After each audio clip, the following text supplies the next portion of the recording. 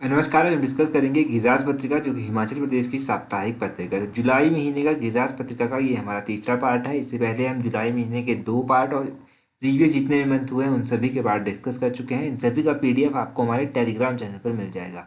Telegram का link नीचे description box में दिया गया है। टेलीग्राम के अलावा आप हमें इंस्टाग्राम और फेसबुक पर भी ज्वाइन कर सकते हैं। तो चलिए डिस्कस करते हैं आज की वीडियो का फर्स्ट क्वेश्चन। तो सबसे पहले क्वेश्चन में पूछा गया है, इन विच ईयर सक्षम गुड़िया बोर्ड वॉज एस्टेब्लाइज्ड इन हिमाचल प्रदेश। तो हिमाचल प्रदेश में सक्षम गुड़िया बोर्ड की स्थापना किस वर्ष की गई थी। ये जो सक्षम गुड़िया बोर्ड है इससे रिलेटेड क्वेश्चन पूछा ही जाता है एग्जाम में। इससे पहले भी एक बार पूछा जा चुका है इस तरह का क्वेश्चन।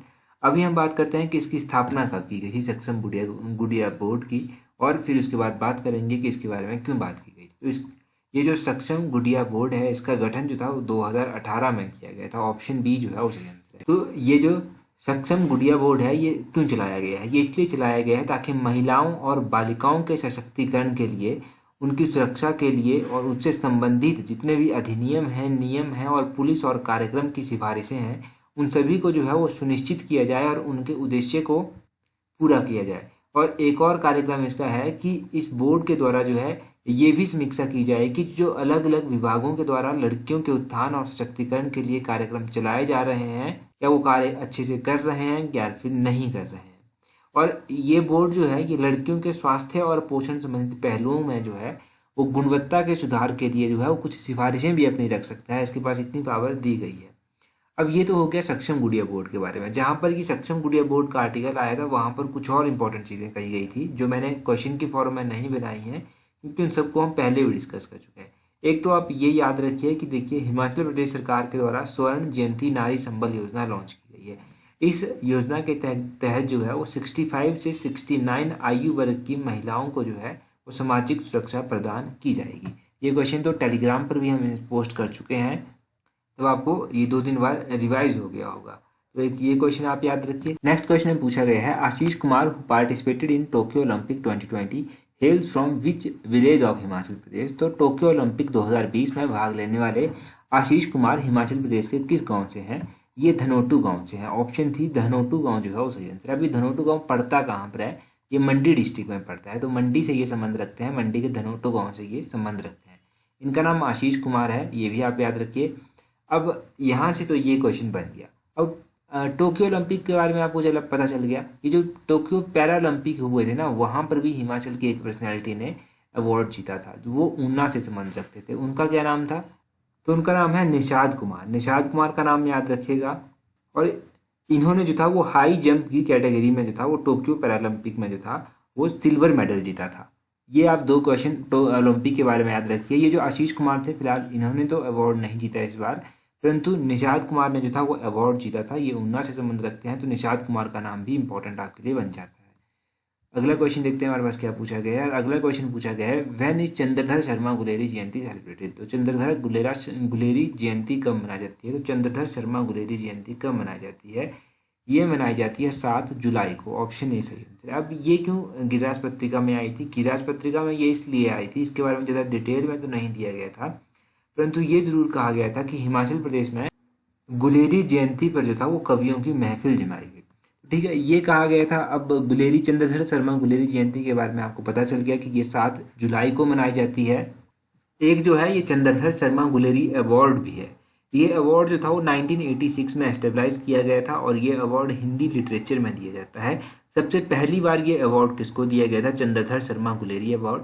तो ये श्री केशव नारायण को दिया गया था सबसे पहला अवार्ड 1986 में। ये आप याद रखिए। तो चंद्रधर शर्मा गुलेरी अवार्ड के बारे में भी आपको पता चल गया। इनकी जयंती कब मनाई जाती है ये भी आपको पता चला। अगला क्वेश्चन देखते हैं। अगले क्वेश्चन में पूछते हैं, how much assistance provide under सगुन योजना। तो सगुन योजना के तहत कितनी सहायता प्रदान की जाती है। ये जो सगुन योजना है ना ये चलाई क्यों गई है, पहले आपको ये पता होना चाहिए, फिर उसके बाद तो हम बात करेंगे ही कि कितनी सहायता दी जाती है। देखिए सगुन योजना चलाई गई है कि ये जो सरकार जो है वो विवाह के लिए लड़कियों को जो है वो 31,000 रुपये की सहायता जो है वो देगी। कितना, 31,000, यानी कि विवाह पर असिस्टेंस ये प्रोवाइड करवाएगी लड़कियों को। अब ये योजना जो है ये 1 अप्रैल 2021 से जो है वो लागू मानी जाएगी। इनके 1 अप्रैल 2021 से ये लागू मानी जाएगी। किस दिन से इसको लागू कर दिया गया है। अब इस योजना में है क्या, इस योजना में जो है जो लड़कियां बीपीएल परिवार से संबंध रखती हैं और जिन लड़कियों की कोई संरक्षक नहीं है, मतलब जिनके माता पिता का देहांत हो चुका है, माता पिता जीवित नहीं है या फिर उनके माता पिता लापता हो गए हैं, उन लड़कियों को जो है वो शादी के दौरान जो है वो वित्तीय सहायता दी जाएगी। और इसके लिए ये भी कंडीशन रखी गई है कि लड़की जो है वो हिमाचल प्रदेश की स्थायी निवासी होनी चाहिए। और अगर लड़की का विवाह ऐसे लड़के के साथ हो रहा है जो हिमाचल प्रदेश का स्थायी निवासी नहीं है, तब भी उन लड़कियों को जो है ये सहायता दी जाएगी। अब इसमें 31,000 रुपये की सहायता जो है वो दी जाएगी, ये आप याद रखिएगा, 31,000।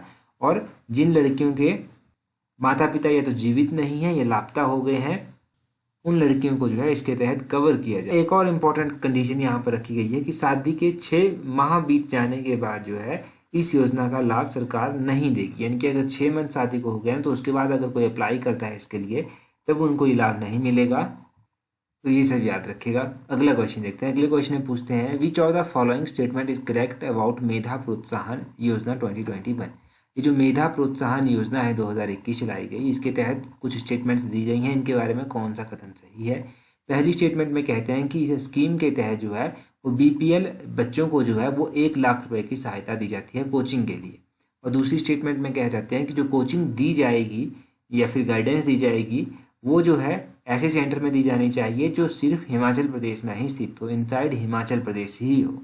तो अगर हम दोनों ही स्टेटमेंट की बात करें तो पहली स्टेटमेंट तो गलत है और दूसरी स्टेटमेंट भी गलत है। ठीक है, तो इसका सही आंसर क्या होगा? Option D, none of this. तो इनमें से कोई भी स्टेटमेंट सही नहीं है। अब दोनों ही स्टेटमेंट्स को देख लेते हैं। अब देखो, इस योजना के तहत 1 लाख रुपए दिया जाता है, बिल्कुल सही बात है। ये एग्जाम में भी पूछा गया था कि कितनी सहायता दी जाती है। 1 लाख रुपए दिया जाता है। किसको दिया जाता है? ये उन बच्चों को दिया जाता है जो मेरिट में आए हैं, मेरिटियस जो स्टूडेंट हैं उनको दिया जाता है।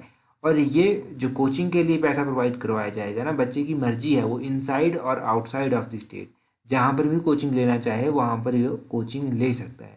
परंतु बीपीएल बच्चों की कंडीशन नहीं रखी गई है। यहाँ पर कंडीशन रखी गई है कि बच्चे जो हैं वो मेरिट में स्टैंड करने चाहिए, तभी उनको ये सहायता दी जाएगी। और 1 लाख रुपए की सहायता है स्टेट या फिर आउटसाइड स्टेट, जहाँ से भी कोचिंग लेना चाहें बच्चे वहाँ से कोचिंग ले सकते हैं इस मेधा प्रोत्साहन योजना के तहत। तो ये आप याद रखिए मेधा प्रोत्साहन योजना के बारे में। अगले क्वेश्चन में देखिए, यहाँ पर पूछा गया है, how much allowance provided to the unemployment youth of the state under Kaushal Vikas Bhatta Yojana. ये जो कौशल विकास भत्ता योजना चलाई गई है, इसके तहत जो बेरोजगार यूथ है स्टेट का, उसको कितनी सहायता दी जाती है। अब पहले तो बात कर लेते हैं कि गिरास पत्रिका में क्या कहा गया था। तो देखिए, ये जो कौशल विकास भत्ता योजना है, इसका कुछ डाटा दिया गया था चंबा डिस्ट्रिक्ट का, तो जो हमारे लिए बिल्कुल भी इम्पोर्टेंट नहीं है। इम्पोर्टेंट जो है वो ये है कि इसके तहत कितनी राशि जो है वो प्रोवाइड करवाई जाती है, कितना अमाउंट दिया जाता है।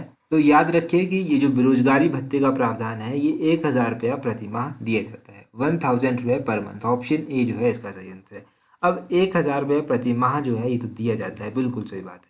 परंतु इसके तहत भी कुछ रखा गया है, इन्होंने रखा है कि अगर कोई 50% या फिर इससे अधिक स्थायी विकलांग है तो उसको जो है वो 1,000 रुपये नहीं दिया जाएगा, उसको जो है वो 1,500 रुपया प्रति माह दिया जाएगा। कितना? 1,500 रुपया प्रति माह दिया जाएगा।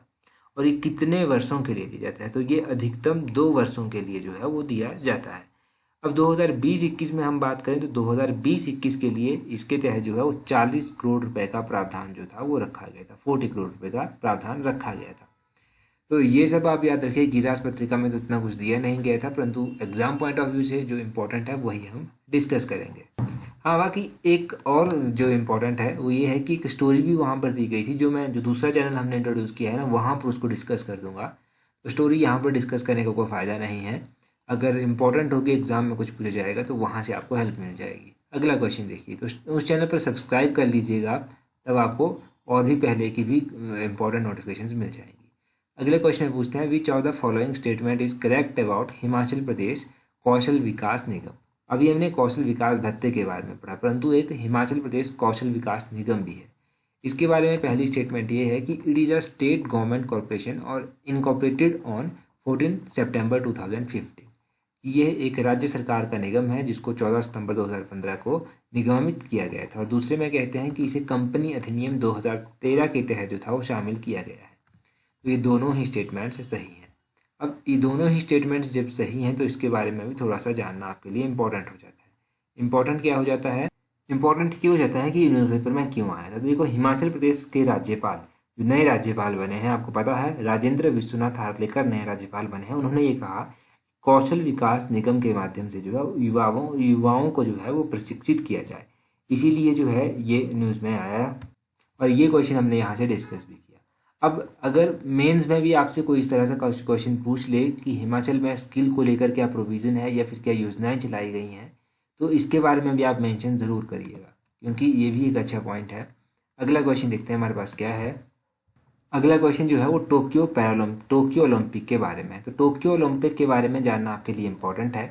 देखिए रिटन में तो कुछ नहीं है, परंतु आप सुन लीजिएगा क्योंकि काफ़ी इंपॉर्टेंट नॉलेज है ये। जिन लोगों को नहीं सुनना है वो स्किप भी कर सकते हैं। वैसे देखो हिमाचल प्रदेश से आशीष चौधरी ने जो था वो 75 किलोग्राम की श्रेणी में जो था यहाँ पर भाग लिया था और ये बॉक्सिंग गेम से संबंध भी रखते हैं। अगर हम बात करें टोक्यो पैरालंपिक की, तो ये कब से लेकर कब तक हुई, तो ये 23 जुलाई से लेकर 8 अगस्त तक हुई। और ये कहाँ पर हुई, तो ये टोक्यो में हुई। टोक्यो जापान की राजधानी है। और अगर हम बात करें कि ये कौन से नंबर की ओलंपिक थी, तो ये 32वें नंबर के ओलंपिक खेल थे। और ये कोई पहली बार नहीं था जब टोक्यो ने इसको ऑर्गेनाइज किया। टोक्यो इससे पहले भी एक बार इसको ऑर्गेनाइज कर चुका है। टोक्यो ने 1964 में जो था वो टोक्यो ओलंपिक की जो था वो मेज़बानी की थी। कब, 1964 में टोक्यो ने जो था इससे पहले इसकी मेज़बानी की थी। और जब ये 1964 में हुए थे तो उस टाइम कैप्टन अनंत राम जो भारतीय सेना से संबंध रखते थे और हिमाचल प्रदेश के बिलासपुर झंडुत्ता से ये संबंध रखते थे, इन्होंने जो था वो जिम्नास्टिक में जो था वो भारत का प्रतिनिधित्व जो था वो किया था। तो अनंत राम का नाम भी याद रखिएगा।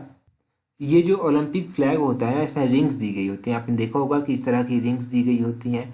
अब ये कितनी रिंग्स होती हैं, पहले तो आपको ये पता होना चाहिए। तो ये 5 रिंग्स होती हैं। 5 रिंग्स जो ये होती हैं ये अलग अलग रंग की होती हैं। तो इसमें ब्लू कलर होता है, येलो कलर होता है, ब्लैक कलर होता है, ग्रीन कलर होता है और रेड कलर होता है। ये 5 जो हैं ये 5 कॉन्टिनेंट को बिलोंग करती हैं। तो ये भी आपको पता होना चाहिए कि कौन कौन से कॉन्टिनेंट को ये बिलोंग करते हैं।